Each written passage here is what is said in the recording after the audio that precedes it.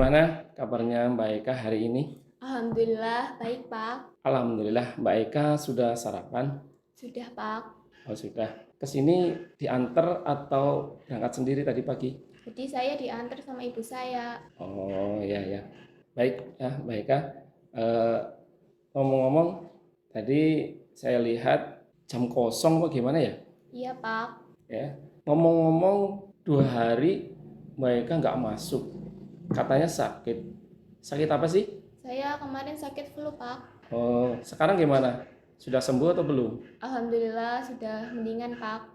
Oke, terima kasih ya Mbak Eka mau datang ke sini. Iya Pak, saya mau curhat Pak.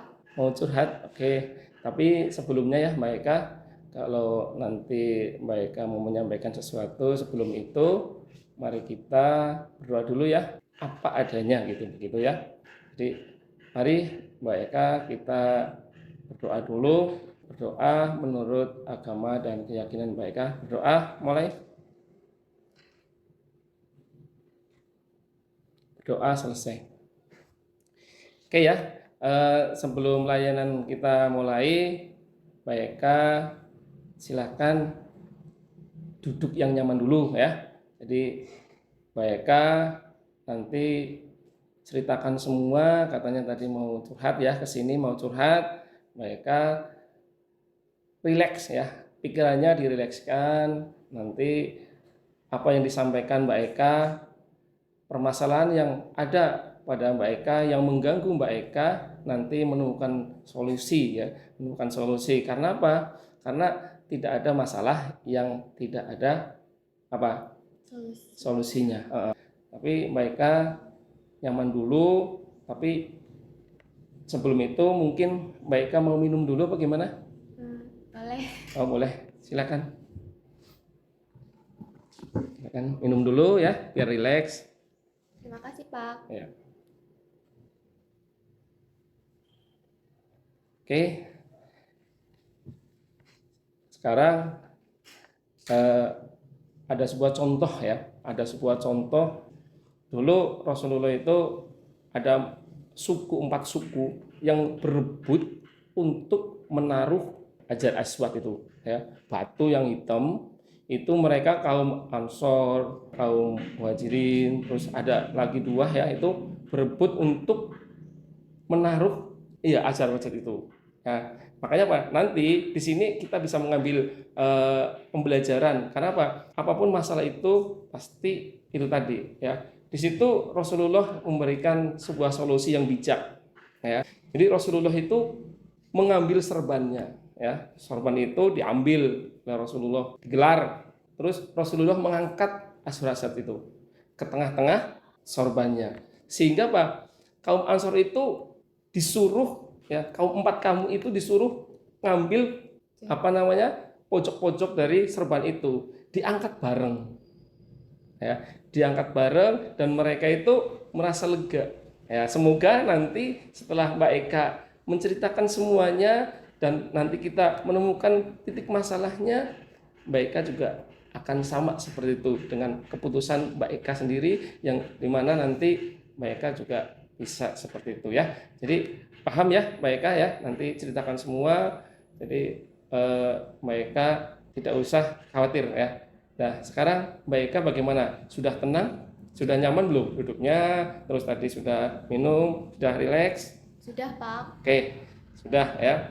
Jadi sekarang Mbak Eka pernah belum mengikuti kegiatan layanan ini, layanan individu ini? Saya belum pernah mengikuti bimbingan konseling Pak. Oh belum.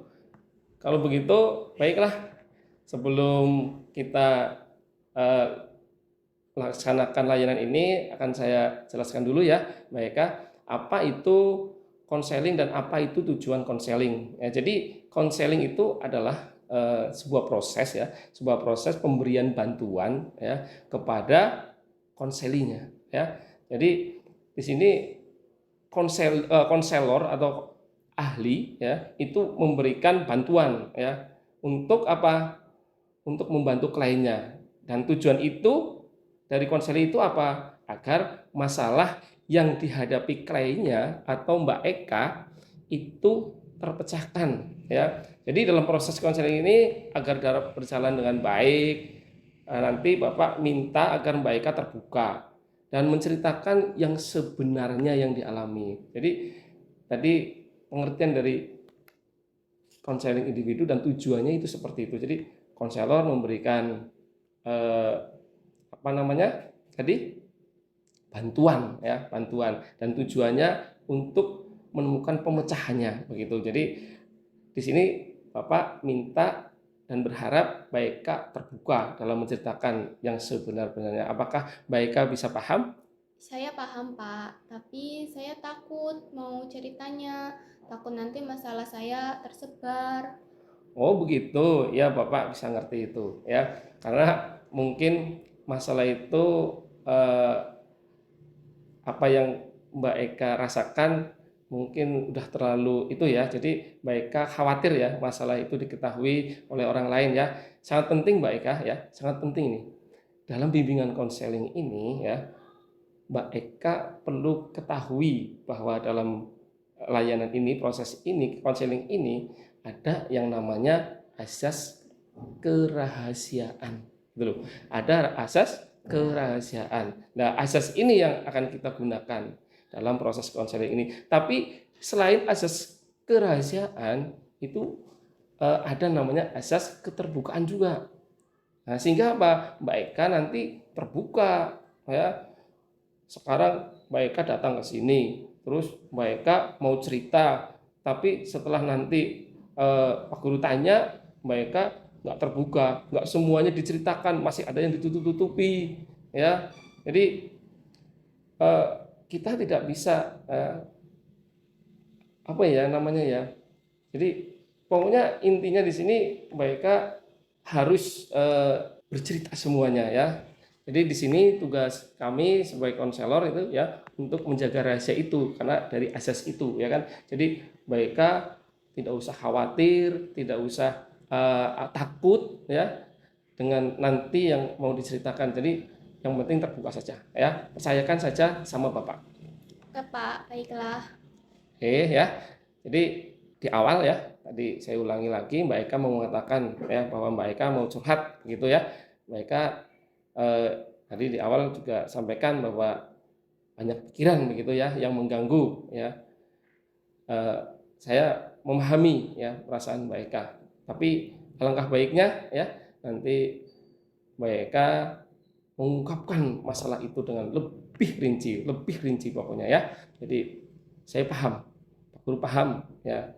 Jadi tadi sudah Pak Guru sampaikan tidak usah takut dengan asas kerahasiaan itu. Ya, silakan Mbak Eka ceritakan dulu dengan rinci. Jadi begini, kemarin akhir-akhir ini di sekolah saya lagi banyak masalah. Saya kepergok pacaran di dalam kelas. Awalnya sih saya nggak pengen pacaran, tapi lama-lama itu saya pacaran di dalam kelas. Nah, saya takut nanti kena poin pelanggaran yang besar. Terus kalau kena poin takut dihukum sama pihak sekolah, kena sanksi. Oh begitu ya. Nah di sini Bapak boleh tahu nggak? Ya karena tadi udah mau terbuka ya. Jadi Bapak sekarang tanya, kenapa ya? Apa yang menjadi faktor utama yang membuat Mbak Eka itu melakukan hal itu sehingga Mbak Eka itu apa namanya ya melakukan ya. Jadi Pak Guru tanya itu. Jadi faktornya apa? Karena lihat teman sekelas pada pacaran. Awalnya saya nggak kepengen pacaran, tapi saya ngerasa kesepian soalnya di kelas teman-teman pada pacaran. Teman-teman pada cerita kalau di kelas pacarnya itu perhatian, terus sayang, royal, banyak lah pokoknya. Akhirnya saya ikut-ikut pacaran. Kamu diceritain seperti itu sama teman kamu? Iya. Oh, jadi kamu awalnya itu lihat teman, terus kamu itu kayak merasa sendiri, terus teman kamu menceritakan apa yang dialami teman kamu, ada yang perhatian, ada yang royal, tidak pelit begitu ya? Iya. Oh, tidak pelit begitu ya. Jadi apa namanya? Mbak Eka tertarik ya untuk eh, ikut-ikut teman begitu ya. Jadi di sini apakah pertanyaannya ya tadi kan disayang ya kan ada disayang kepengen disayang ya apakah memang selain pacar itu tidak ada perhatian dan sayang ya misalkan orang tua saudara begitu Mbak Eka. Orang tua, Pak. Boro-boro orang tua saya aja nggak pernah sayang sama saya. Mereka selalu banding-bandingin saya sama kakak saya. Saya aja nggak pernah dikasih perhatian, nggak pernah disayang. Saya dianggap kayak anak tiri. Bapak paham berarti ya Bapak paham perasaan kamu kalau ada yang seperti itu kamu merasa dianggap dibandingkan sama kakak kamu ya oleh orang tua sendiri ya gitu dengan diam apakah atau dengan kamu itu melakukan itu ya masalah itu selesai Tidak sih, Pak. ya itu kan tidak kan mungkin karena Mbak Eka waktu itu lagi kesel sama orang tua ya akhirnya membuat Mbak Eka itu melampiaskan begitu ya jadi kesel ya karena mungkin eh, orang tua itu lagi apa ya mungkin karena banyak pikiran juga mungkin ya jadi pas waktu itu Mbak Eka kebetulan orang tua Mbak Eka itu menyampaikan seperti itu sehingga Mbak Eka itu menganggap eh, membanding-bandingkan sehingga itulah muncul pemikiran yang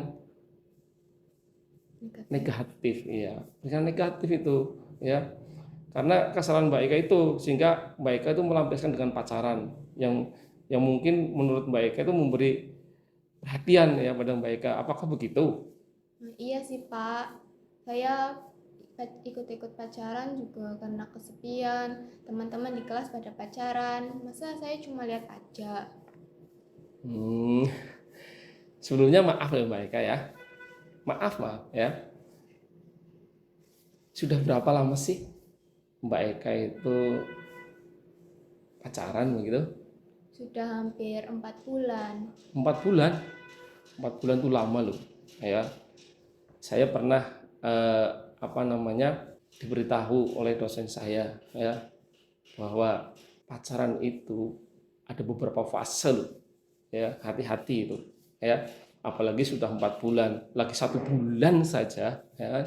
Baru 1 bulan saja itu karena fase dari pacaran itu meningkat loh meningkat ya jadi nggak bakalan menurun pacaran itu nggak menurun ya pacaran nggak itu nggak menurun ya jadi meningkat makanya saya guru ya pengen tanya karena di sini eh, menurut teorinya gitu ya menurut teorinya itu pacaran itu ada beberapa fase tahap gitu loh ya mungkin sampai tahap 4 ya atau berapalah ya yang jelas intinya saya pernah mendengarkan itu ya nah sudah sampai mana itu ya ini yang saya pertanyakan itu loh karena Pak sudah 4 bulan bahkan 1 bulan tadi saya katakan itu masih bisa loh mengalami ya itu tadi fase-fase itu 1 bulan baru itu ya apalagi sini udah 4 bulan nah pertanyaan saya nah, sudah sampai tahap apa coba pacarannya Mbak Eka buka coba. Saya pernah pegangan tangan, pernah pelukan. Dia juga pernah tidur di bangkuan saya.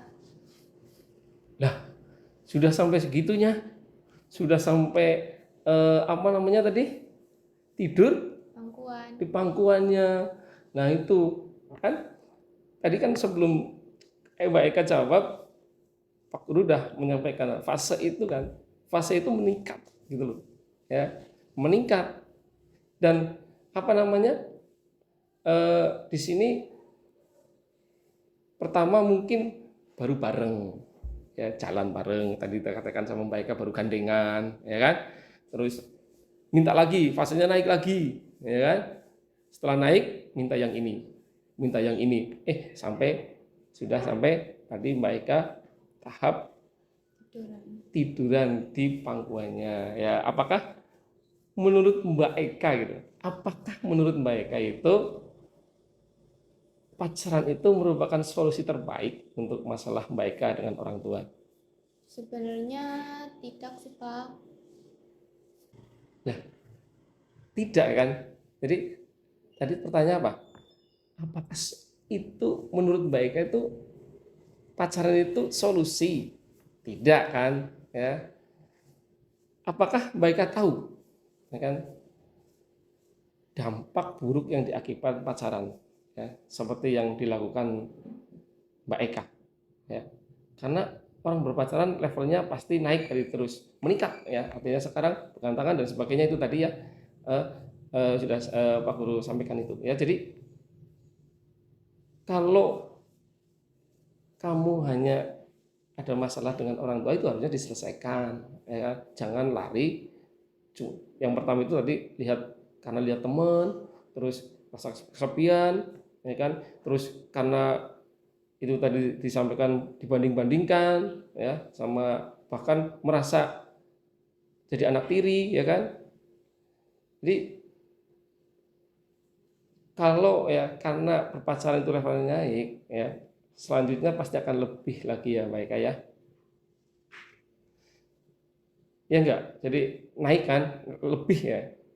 Coba Mbak Eka ingat, ya, ingat teman Mbak Eka. Ada yang mengalami hamil, ya kan? Ada yang mengalami hamil di luar nikah.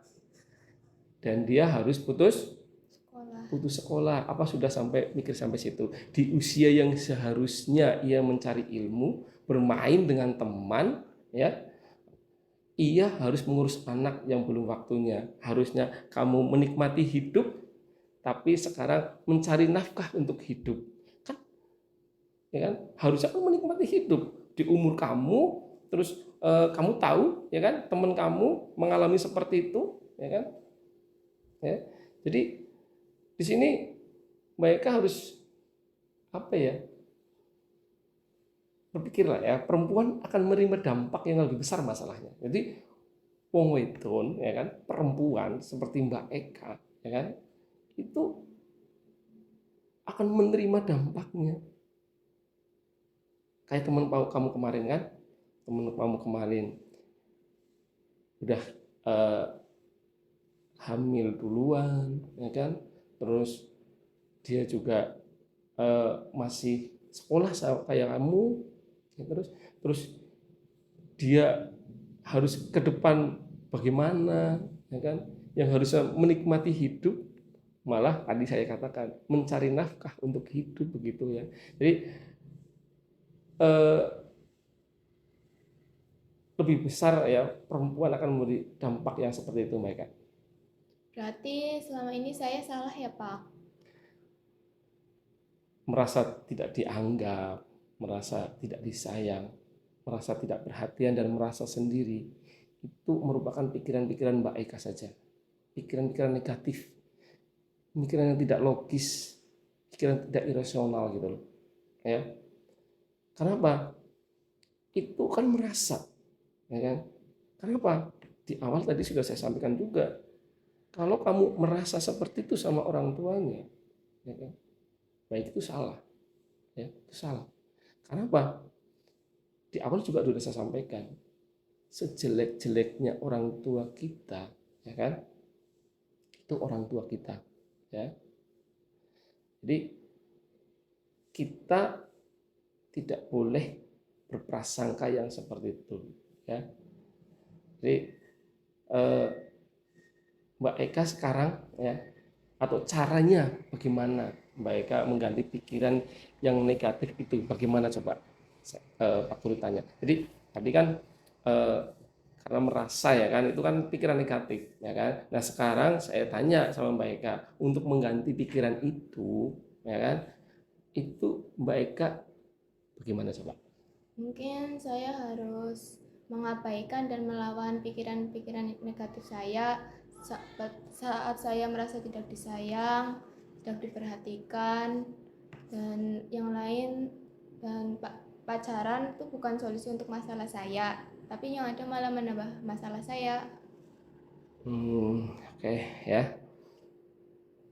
Pikiran negatif yang ada dari Mbak Eka adalah sumber masalah ini, ya kan.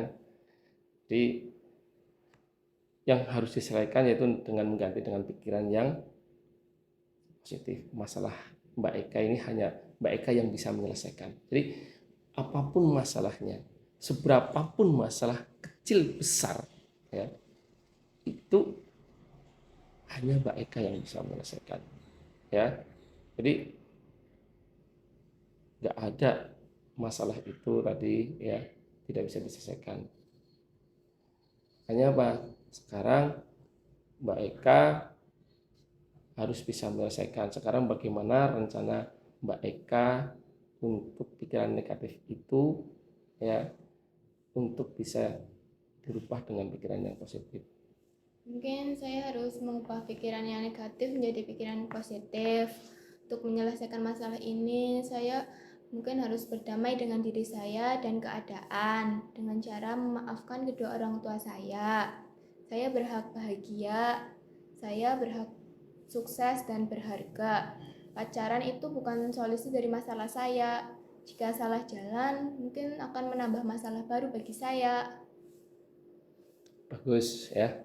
Jadi Mbak Eka udah paham ya. Jadi Bapak percaya ya sama Mbak Eka akan mampu ya menyelesaikan ini dengan baik dari apa yang sudah kita bicarakan tadi. Jadi mungkin ada beberapa hal yang sudah kita peroleh ya sebagai kesimpulan sementara ya. Jadi karena Mbak Eka sudah mulai tahu bagaimana Mbak Eka itu harus merubah pikiran negatif, iya pikiran negatifnya, sehingga mungkin ada beberapa hal yang tadi yang disebutkan sudah kita boleh kesimpulan sementara. Bisakah Mbak Eka itu menyebutkan dari kesimpulan itu? Ya, seperti tadi saya mungkin harus merubah diri saya Ya, terus agar tidak mengikuti hal-hal yang ya negatif. tadi yang disebutkan tadi ya, yang memaafkan orang tua, berdamai dengan diri sendiri gitu ya. Nah, dari situ dapat disimpulkan sama kamu sendiri ya yang menyimpulkan bahwa pikiran saya ini negatif dan perlu dirubah ya kan. Bagaimana orang tua baik dan buruk tetap orang tua ya kan. Jadi harus dihormati ya, dan sebagai seorang anak kita wajib mendoakan. Iya, jadi kita abaikan saja tentang pikiran-pikiran negatif kamu ya. Kamu harus bisa berdamai dengan diri kamu sehingga apapun masalah yang terjadi kamu akan hadapi dengan positif. Bagaimana sekarang perasaan Mbak Eka? Yakin bisa mengubah pola pikir tersebut? Ya, insya Allah Pak. Saya sudah lelah dengan beban masalah ini. Tapi sekarang alhamdulillah saya sudah mendapatkan solusinya. Saya ingin hidup saya lebih bahagia dan sukses nantinya. Saya sekarang mau fokus untuk belajar menggapai cita-cita saya menjadi bidan. Saya mau hidup saya berharga untuk saya dan orang lain nantinya. Amin. Bapak doakan Allah mewujudkan cita-cita Mbak Eka. Bapak senang mendengarnya ya. Jadi Bapak itu dengan Mbak Eka menyampaikan seperti itu senang sekali ya. Kayak jadi Mbak Eka memang harus bisa merubah hal itu ya. Jadi Mbak Eka itu harus mewujudkan cita-cita Mbak Eka. Jangan hanya gara-gara pacaran terus putus di tengah jalan. Apa yang terjadi sama teman Mbak Eka itu terulang sama Mbak Eka. Jadi dengan seperti itu, dengan Mbak Eka mengatakan seperti itu, luar biasa ya. Jadi Mbak Eka mau dan mampu untuk merubah ya. Dan semoga apa yang diucapkan Mbak Eka bisa nanti dari awal ya, awal kebangkitan Mbak Eka untuk merubah semuanya sehingga cita-cita Mbak Eka itu tercapai jadi bidan.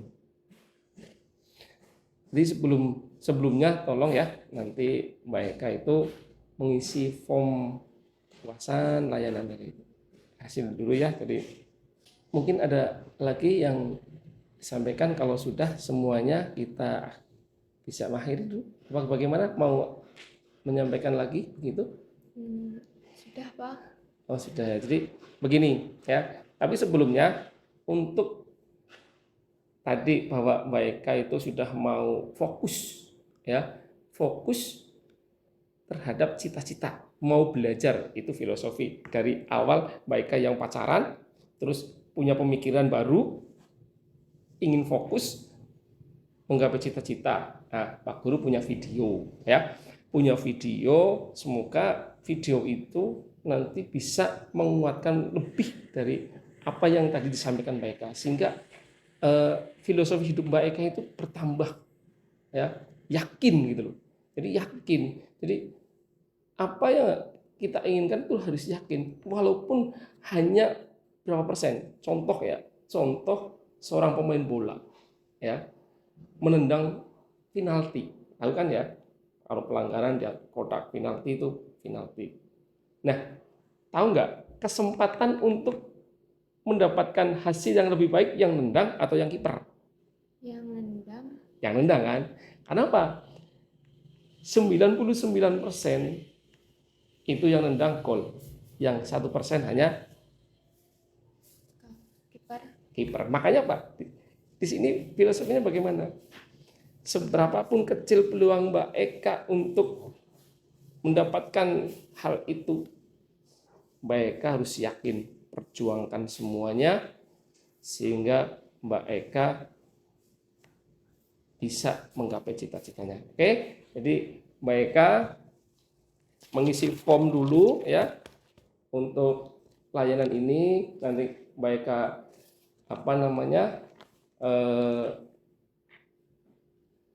tulis ya, nanti setelah kegiatan ini ditulis, terus nanti ini video dilihat dulu ya kan.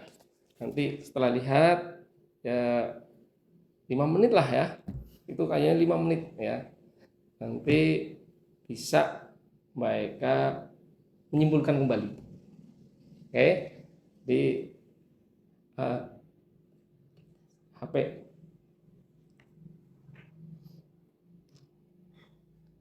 Oke, ini maaf ya. Jadi Mbak Eka nanti bisa menonton videonya ya. Terus nanti ini formnya diisi juga. Tapi sebelum itu minum dulu sebentar. Diminum aja dulu. Ya.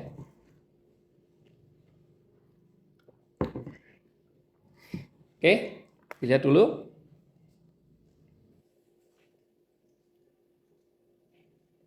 Oke, mungkin cukup ya, Mbak Eka. Coba apa yang dilihat Mbak Eka itu sama nggak dengan apa yang tadi disampaikan Mbak Eka? Sepertinya mirip sih Pak. Mirip ya. Ya, jadi itu penguatan dari saya dari video itu. Nanti Mbak Eka itu padukan dengan tadi yang disampaikan Mbak Eka mau fokus, mau belajar untuk bisa mencapai cita-citanya jadi Bidan ya. Jadi itu yang nanti Mbak Eka harus kejar, Mbak Eka harus raih, buktikan bahwa apa yang menjadi ada yang dalam pikiran Mbak Eka itu yang tadi sudah dilakukan ya, hal-hal yang negatif itu berubah jadi positif, berubah menjadi sebuah kebahagiaan. Apa yang Mbak Eka katakan tadi, mau bahagia dan sebagainya ya, itu harus Mbak Eka laksanakan. Baik ya, terima kasih Mbak Eka sudah mau menyampaikan apa yang menjadi masalah Mbak Eka.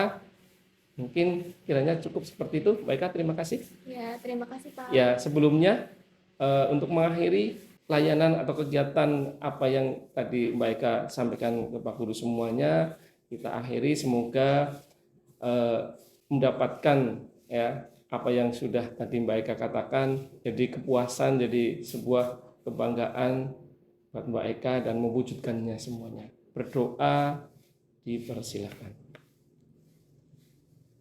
Berdoa selesai. Terima kasih. Terima kasih Pak.